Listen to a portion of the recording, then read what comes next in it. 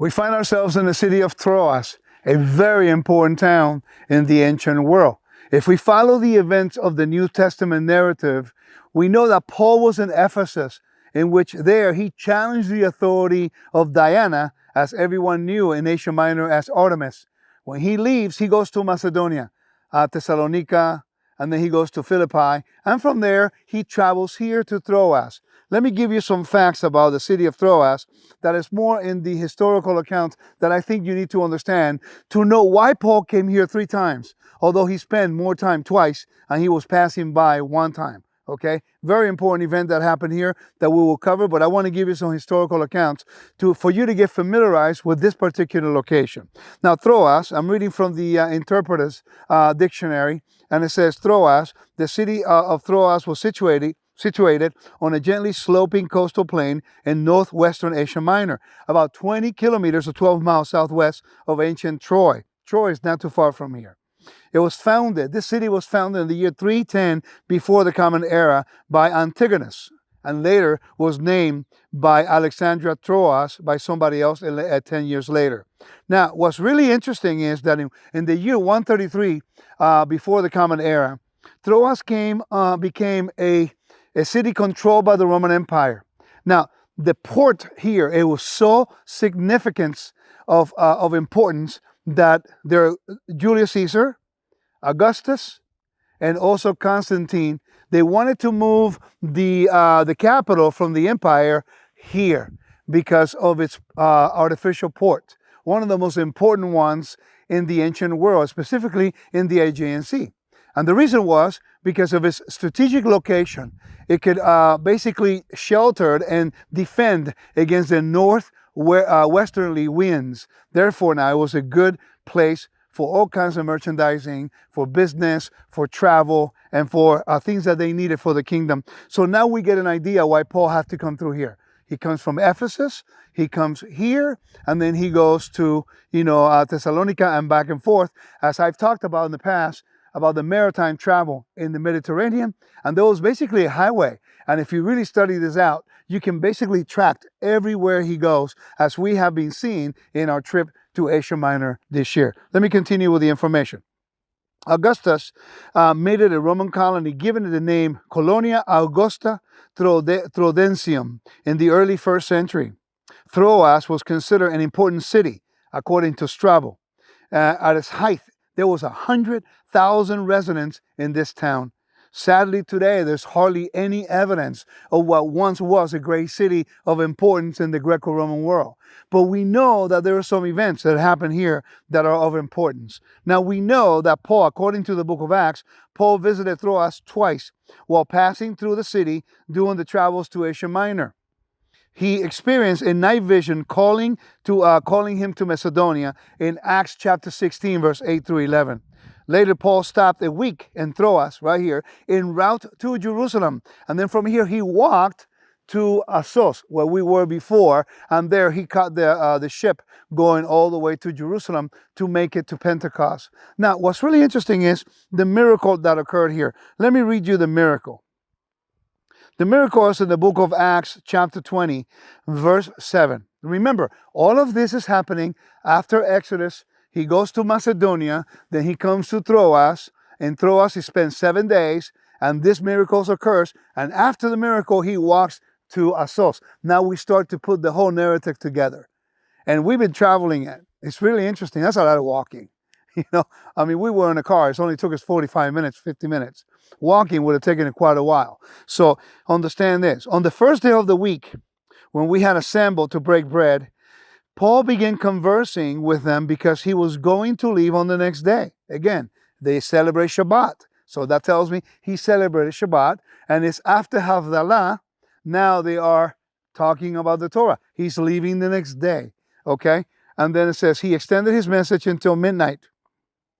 Now there's quite a few lamps in the upstairs of the room where he was gathered, and a certain young man named Eutychus was sitting in the window, was sinking into a deep sleep while Paul was conversing at length. Being overcome by sleep, he fell down from the 3rd story and was picked up dead. But Paul went down and he threw himself on him and put his arm around him, said, "Do not be distressed, for his life is in him. So he went up and broke bread when he had eaten and talked for a long time until dawn. Then he departed. Therefore, the young was alive, the youth was alive, and was greatly comforted. So we see a very important meeting. He leaves Ephesus. He goes to Macedonia, and this is on the second trip. And then he does the miracle after he celebrates Shabbat, and now he leaves to Assos. Remember, he's going to Jerusalem. Okay, so this is all a day in the life of Paul. It's interesting as we're driving through Asia Minor, which is modern-day Turkey. We're finding ourselves really understanding the Bible a lot better. The New Testament now makes sense. We were able to spend the whole Shabbat in the same port in which Paul caught his ship to go to Jerusalem. We were able to see and be there, the peaceful environment that there was. And, as I'm reflecting on my trip so far in Turkey, in Asia Minor, I'm learning how much I do not know. The topography and the geography allows us to get a glimpse of the life in the first century. The tough life, the walking they have to do. Today, sadly, we don't have hardly any evidence of what once was. But today, through history and through the story that we see in the New Testament, the book of Acts as the historical book, not only to us a divine scriptures, but also as a historical account, so accurate, that tells us exactly where everything is. If only we take the time to go on a journey in the steps of Paul, we will understand the gospel much, much better. We find ourselves in the Museum of Troy. Incredible. Each floor deals with a time frame. Right now we're on the second floor, which is the late Bronze Age. Now here is really cool because we're talking about something I've mentioned before about maritime travel. When you read the Bible, the book of Acts, it tells us that Paul did not really leave Jerusalem until after the fast, which is Yom HaKippurim, the Day of Atonement, which usually happens in the Hebrew calendar, either late September or early October.